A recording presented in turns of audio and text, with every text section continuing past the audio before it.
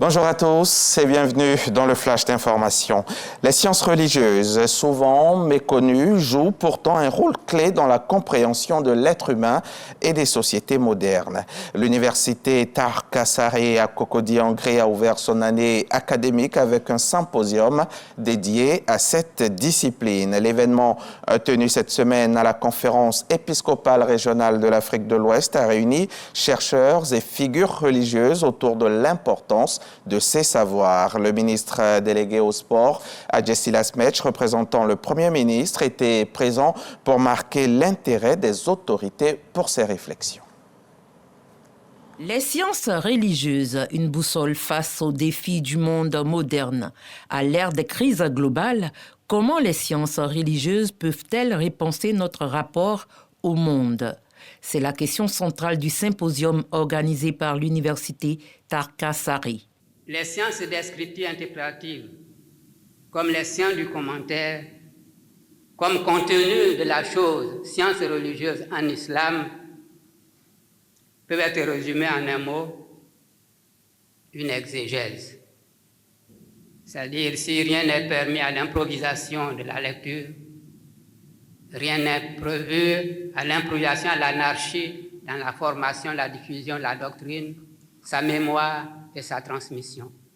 Cet événement a rassemblé chercheurs et acteurs institutionnels pour interroger le rôle du spirituel face aux dérives contemporaines.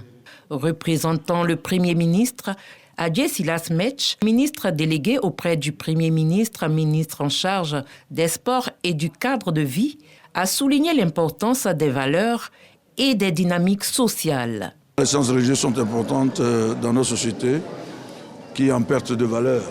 La promotion de ces sciences permettra de revenir sur les valeurs et rendre nos sociétés beaucoup plus performantes.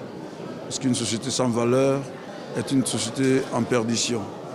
Au cours de ce symposium, l'Institut de théologie et de sciences des religions, composante de l'université Tar Kasaré, rend hommage à un modèle d'engagement éducatif, spirituel et humanitaire, Irma Marthe Mambé, en adoptant son nom pour la chaire de leadership en enseignement sur femmes et religion.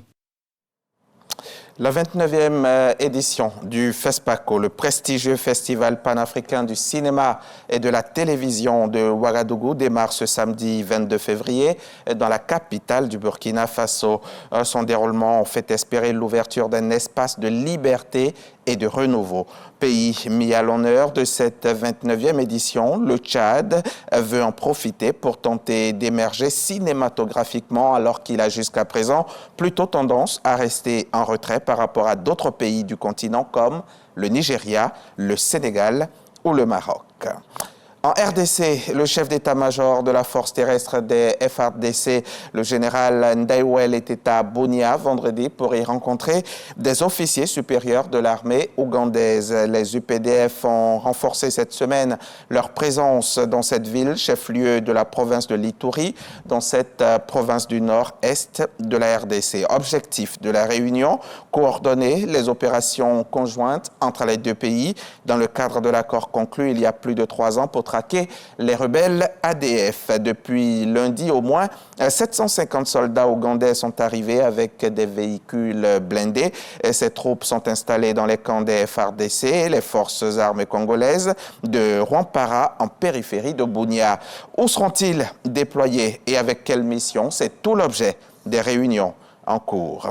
La capitale française accueille pour 10 jours son traditionnel salon international de l'agriculture à compter de ce samedi 22 février.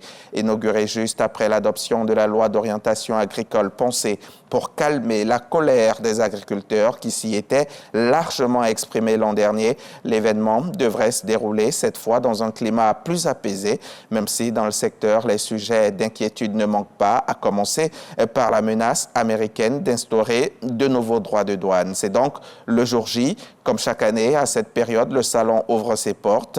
Et cette année, il apportait l'agriculture, une fierté française.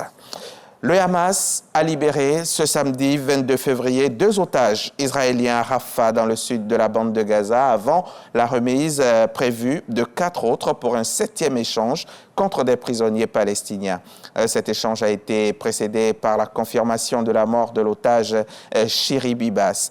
Cette nouvelle libération d'otages d'Israéliens se déroule en 2 temps, en 2 lieux différents de la bande de Gaza. La première partie s'est déroulée à Rafah.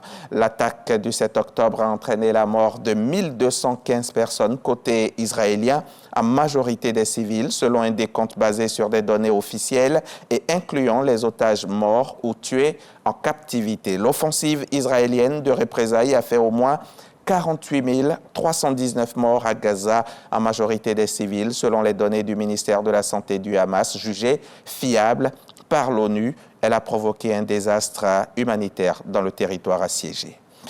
On se retrouve tout à l'heure à 13h pour développer tout ça.